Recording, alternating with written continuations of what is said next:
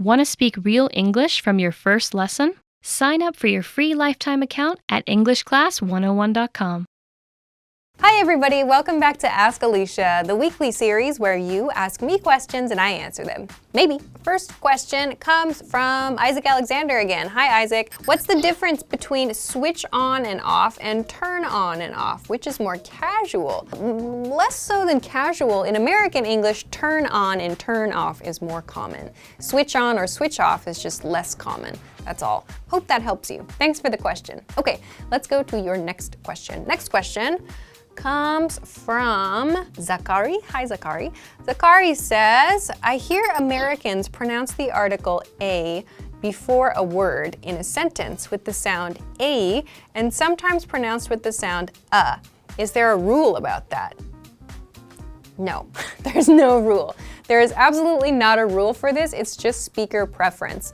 Though I do feel personally, when I'm trying to emphasize something, I'll use a more. It's up to personal preference. It's all just a speaker's preference. So I hope that that helps you. No rule. Thanks for the question. Okay, let's go to the next question. Next question comes from Harris. Hi, Harris. Harris says, hi, Alicia. What is the difference between using yet and instead of and despite? Let's begin by comparing yet and despite. We'll talk about instead of at the end. Let's begin by comparing two sentences. I wanted to go to the party, yet I stayed home. I wanted to go to the party. Despite that, I stayed home. Let's look at the first example sentence here, which uses yet. So yet is a conjunction here. It's connecting these two ideas. I wanted to go to the party and I stayed home.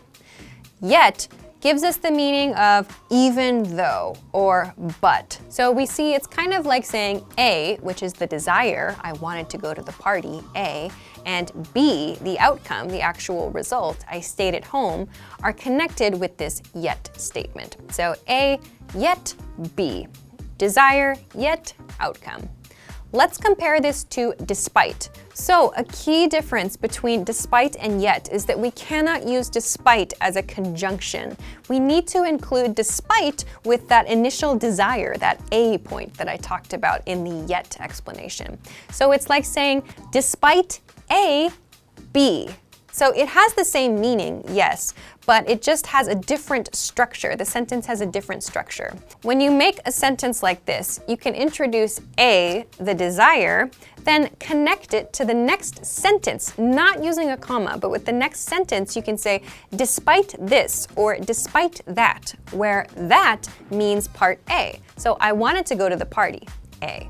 Despite that, despite wanting to go to the party, B, I stayed at home.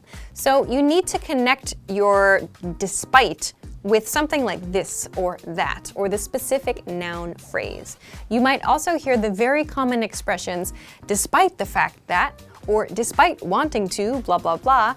We need to use some kind of noun phrase to introduce that point. So this is a key difference between yet and despite. Finally, let's take a look at instead of. Instead of refers to a substitution, so you're doing something in place of something else.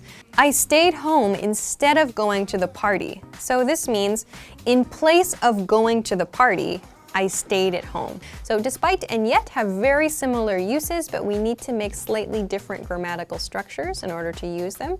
Instead of just refers to something that is being substituted for something else. So I hope that that helps. Thanks very much for the question. All right, let's go on to the next question. Next question comes from Karima. Hi, Karima. Hi again. Karima says, hi, Alicia. I want you to explain the phrase get started grammatically, if it's possible. When do we use get plus adjective or get plus a verb? Yeah, okay.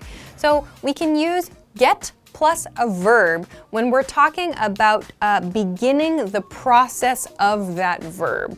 So when I start videos on this channel with the expression, let's get started, I'm saying, let's begin the first steps of starting. Some examples. I gotta get going. That means I need to begin to leave. Let's get cooking. That means let's start the process of cooking something.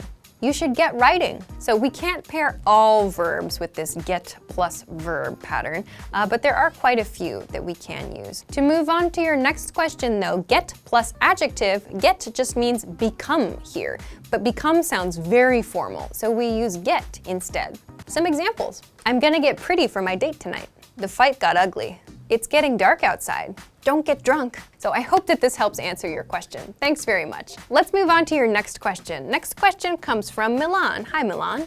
Milan says, hi, Alicia. I would like to ask, is there any difference between my and mine?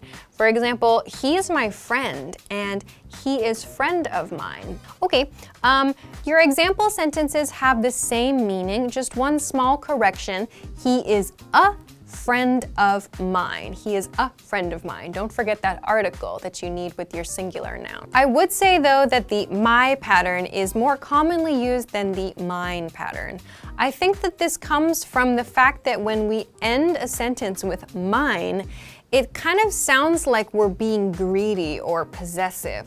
In your example, like he's a friend of mine, that's very, very common. That's kind of a set phrase that we use a lot.